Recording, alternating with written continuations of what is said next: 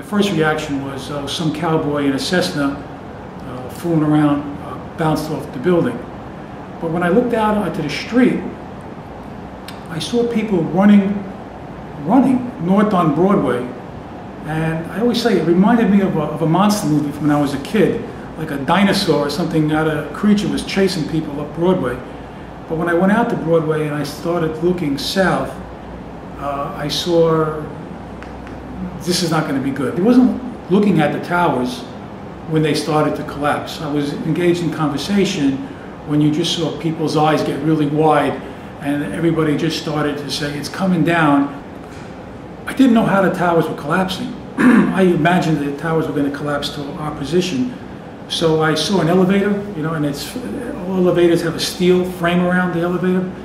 So I went and I just stood in the elevator, you know, closed the elevator, and I remember saying to myself, I don't know if this is going to be good or bad, because if I get trapped in here, it's going to be a long time to suffer, you know, in this little void. And I remember saying, I hope this doesn't hurt. Because it was the Twin Towers, I knew that they were coming back to finish what they had started in '93.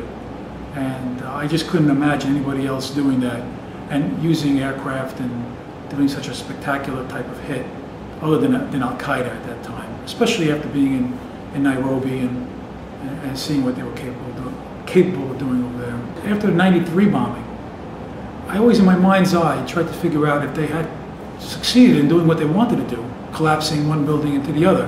And I always tried to imagine what it would look like if they had succeeded in '93. And unfortunately, I got a chance to see what it looked like in